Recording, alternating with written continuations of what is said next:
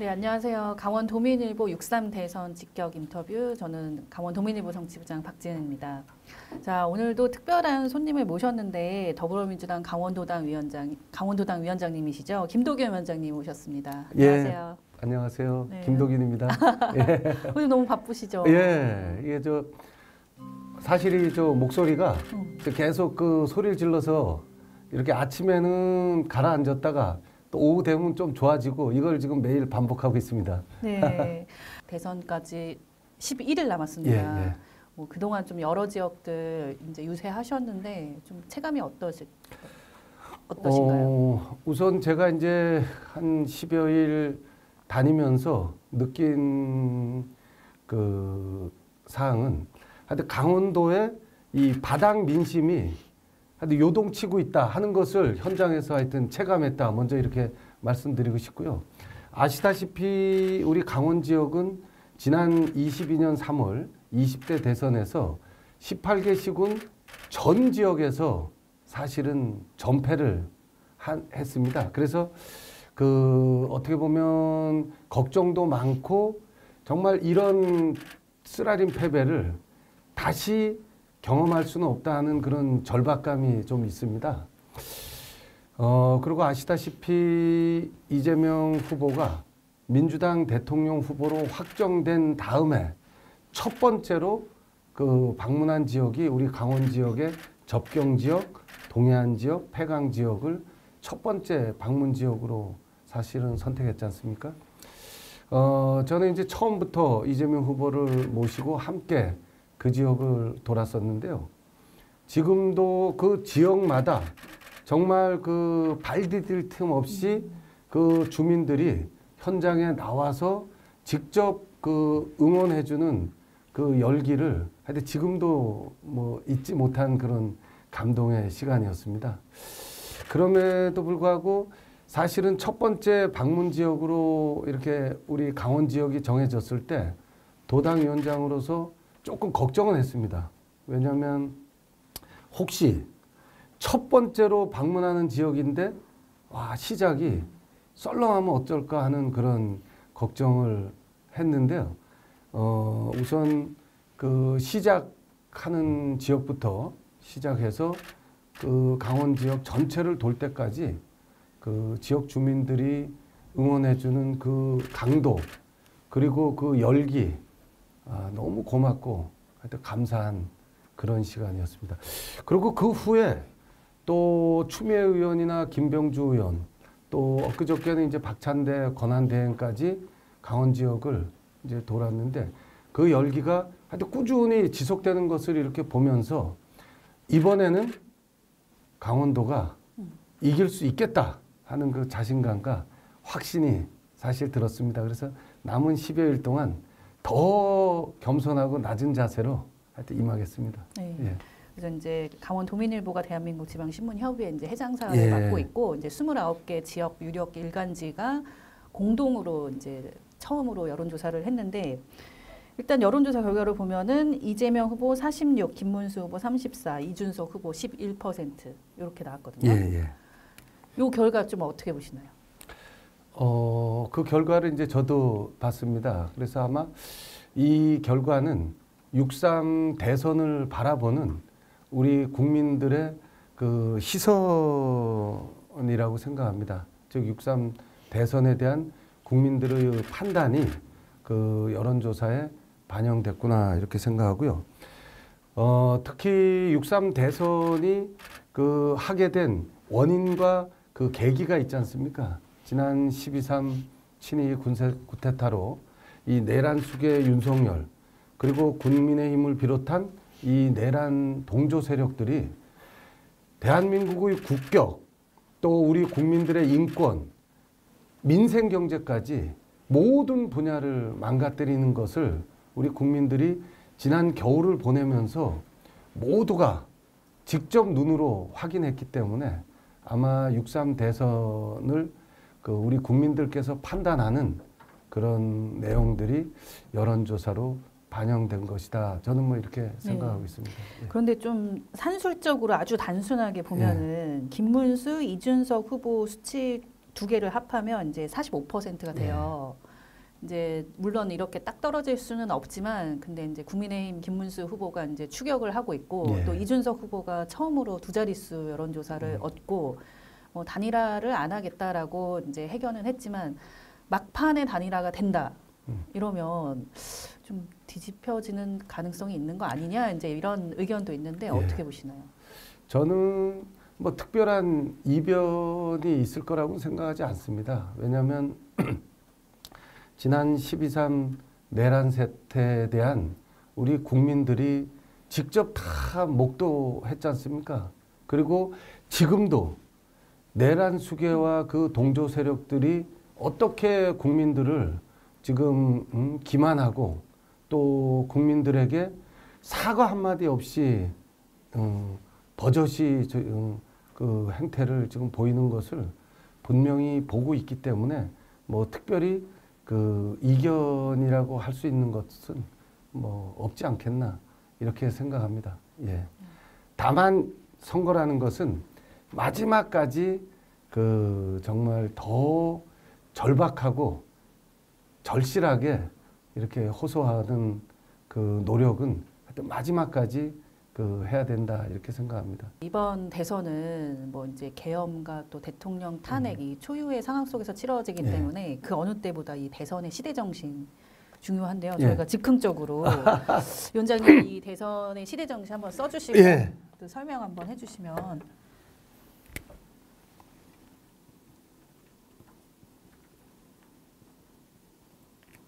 자, 이렇게 예. 들어주시고 설명 한번 해주세요. 예, 저는 이번 6.3 대선의 시대 정신은 내란 종식이라고 생각합니다. 12.3 내란 사태로 즉 그 내란 수괴 윤석열과 또 국민의힘을 비롯한 이 내란 동조 세력들이 정말 무참히 무너뜨린 대한민국의 국격 그리고 민생 경제 이런 모든 것들을 다시 회복시키고 또 빠른 시간 내에 그 지난 3년 동안 그 전 세계가 부러워하던 대한민국이 하루아침에 나락으로 떨어지는 지금 그런 경험을 하고 있지 않습니까? 이 모든 것들을 빠른 시간 내에 회복시키는 그 출발점은 12.3 친위 군사 쿠데타에 대한 내란 종식이 꼭 필요하고 아마 이번 6.3 대선의 시대 정신은 내란 종식이다 이렇게 강조하고 싶습니다. 예. 자, 위원장님 그리고 또 정통 군 출신이시잖아요. 근데 이제 군 출신으로서 이렇게 또 현실 정치권에서 이렇게 몸 담아 보시니까 좀 어떠세요? 특히 다른 지역보다 우리 이제 강원 지역은 그 지정학적인 특성 중에 그 남북 간 접경 지역이라는 이런 또 특성을 가지고 있는 지역이기 때문에 강원 지역이 가지고 있는 많은 현안들이 제가 또 그동안 고민하고 또 경험했던 그런 과제들이 또 생각보다 많습니다. 또 제가 그 태어나서 자란 지역이 동해안 지역이고 하기 때문에 이 접경 지역과 동해안 지역이 가지는 지정학적인 특성 뭐 이런 것들을 고려할 때 그 군 출신으로서 또 우리 강원 지역을 위해서 해야 될 일, 또 앞으로 더 주민들이 원하는 것을 그 정책적으로 그 제도화하고 만들 수 있는 그런 내용들이 그 많아서 뭐 도리어 지역사회를 위해서 좀 더 내 역할을 그 할 수 있겠다 하는 그런 생각을 많이 하고 있습니다. 네. 예.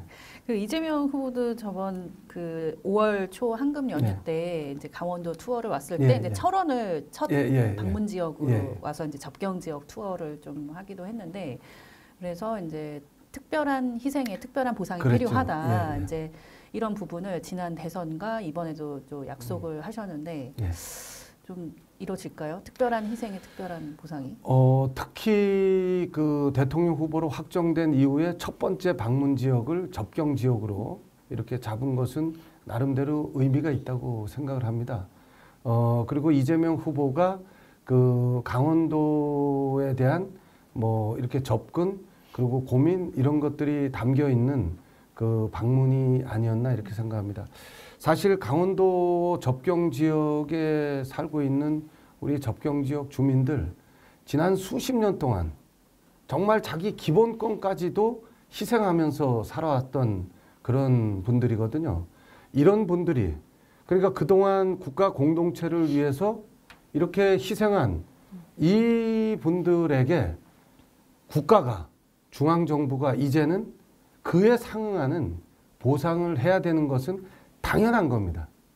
53년 7월 정전협정 체결 이후에 70여 년 동안 이 지역에 살고 있는 우리 지역 주민들은 과하게 표현하면 자기가 주장해야 될 기본권조차 사실은 주장하지 못하는 그런 세월을 살았고 또 이 지역 자체가 민감지역이다 보니까 뭐 군사적 규제나 이런 많은 규제들이 중복해서 지역사회를 압박한 부분도 있습니다.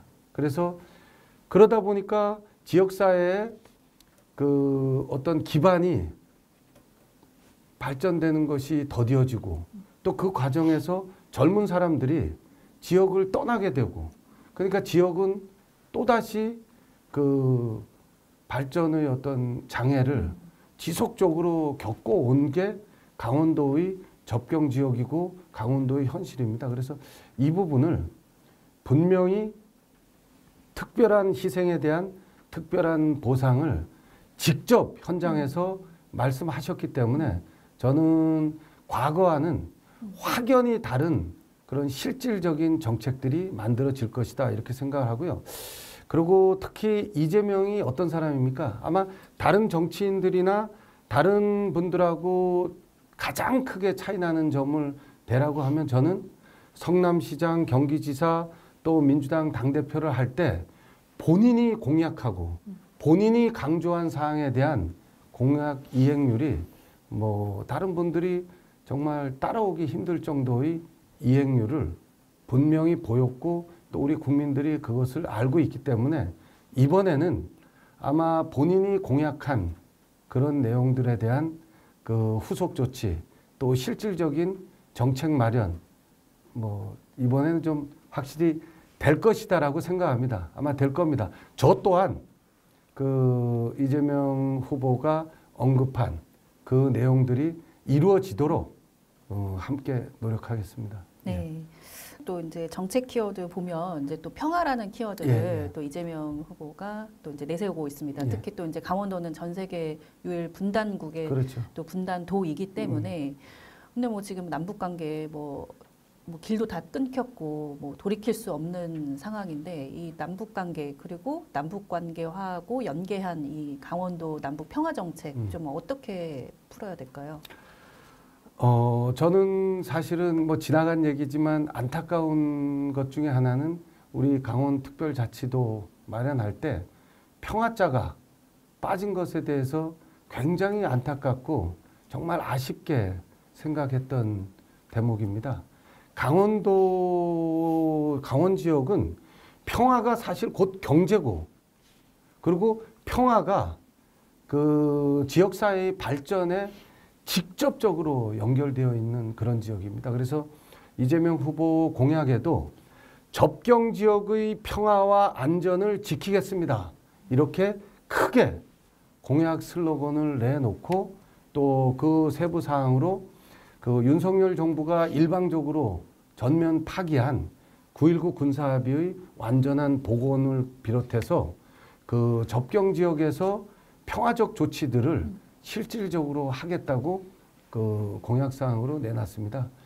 접경 지역 일대가 그 어떤 식으로든지 안정적으로 관리가 되어야지 한반도 전체가 지속 가능한 평화 생태를 만들 수가 있습니다. 하지만 지금처럼 윤석열 정부 지난 3년처럼 접경 지역 일대의 군사적 긴장도가 지속적으로 그 높아지고 또 어떤 지역에서든지 어느 시간대에 남북 간의 군사적 충돌 사항이 발생해도 이상하지 않을 그런 수준으로 접경 지역을 위험하게 만들면 한반도 전체가 사실은 평화 상태를 만들기가 어렵습니다. 그래서 한반도의 어떤 지속 가능한 평화의 출발점은 접경 지역 일대에 대한 안정적인 상황 관리인데, 그게 지난 문재인 정부 때 남북이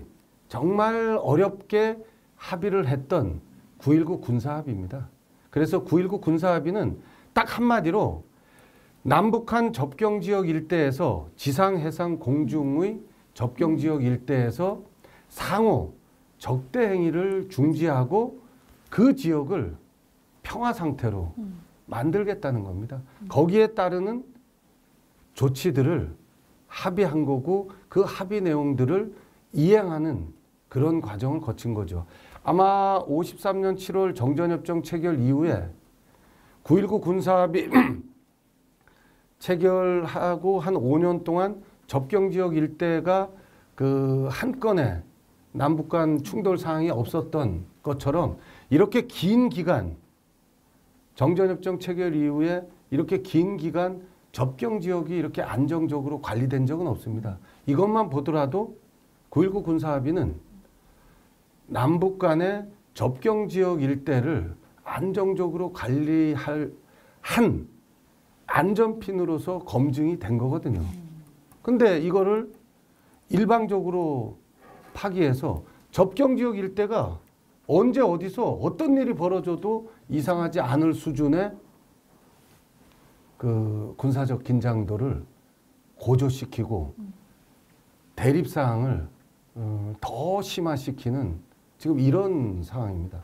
근데 거꾸로 뒤돌아보면 계엄을 준비한 전초전으로 그 남북 관계를 이렇게 그 강대강 대립사항으로 일부러 만든 것은 아닌가 하는 어떤 그런 합리적 의심도 들 정도로 지난 3년 동안 그 우리 접경 지역 일대 주민들은 우리 강원 지역뿐이 아니라 경기 북부 지역까지 접경 지역에 있는 주민들의 그 어려움은 이루 말할 수가 없습니다.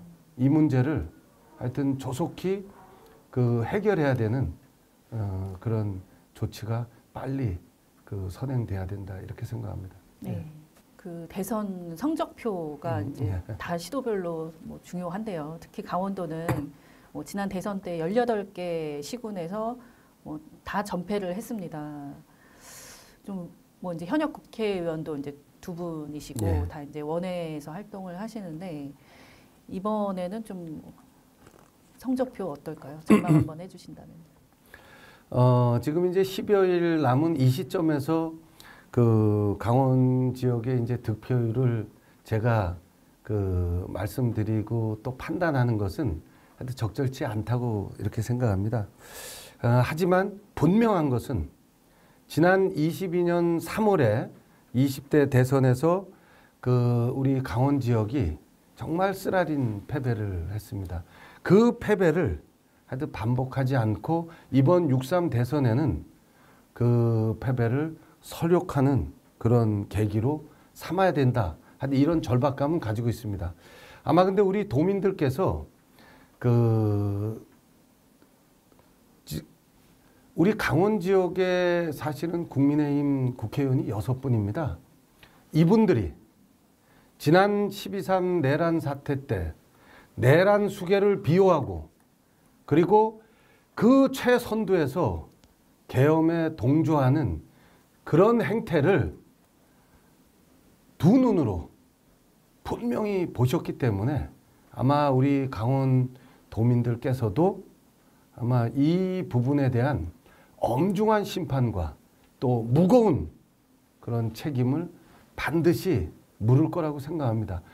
그리고 이 책임은 반드시 물어야 하는 것이 반헌법적이고 대국민 이 배신행위 12.3 내란 사태를 내란 사태 과정에서 내란 수괴를 비호하고 그 선두에 앞장선 이런 지역의 정치인들을 우리가 아무 일 없듯이 받아들일 수는 없습니다. 왜냐? 그렇게 되면 향후에 또 제2, 제3의 이런 어마어마한 계엄 사항이 또 발생할 수 있기 때문에 차제에 그 뿌리를 근절하기 위해서라도 엄중하게 심판하고 무겁게 책임을 물어야 된다고 하여튼 생각합니다. 그래서 그 아마 심판이 뭐 우리 강원 지역에서도 특히 그 이루어질 거라고 생각합니다. 네. 그래서 왜 이재명인가 한 말씀 마지막으로 해주신다면. 이재명 후보 사실은 대선 세 번째지 않습니까? 그 세 번 대선 준비를 하면서 정말 많은 준비가 되어 있습니다. 저도 그 도당위원장으로서 가까이 이렇게 그 말씀이나 또는 그 내용들 이렇게 보면서 야 정말 많이 준비되어 있다. 대한민국은 지금 위기 상황인데 적어도 이 대한민국의 위기를 극복할 수 있는 최적임자는 이재명일 수밖에 없다 하는 그런 생각이 들었고요.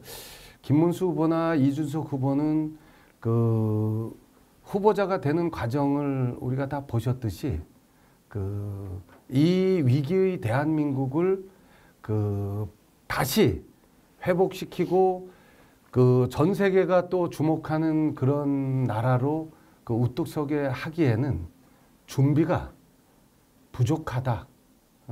그래서 지금은 이재명일 수밖에 없다 이런 말씀을 드리겠습니다.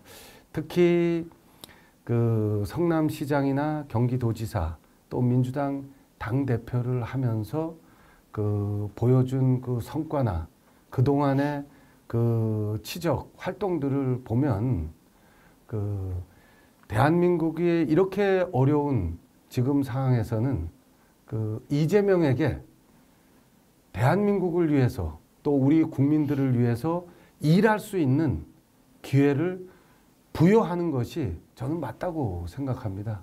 그래서 적어도 이재명이 가지고 있는 이 능력을 대한민국과 우리 국민들을 위해서 정말 발휘해서 지난 3년 동안 무너진 대한민국의 국격, 또 우리 국민들의 인권, 그리고 위기의 민생 경제를 빨리 회복시키고 다시 한번 전 세계가 주목하는 그런 대한민국을 만들어 줄 수 있을 거라고 저는 확신합니다. 그래서 지금은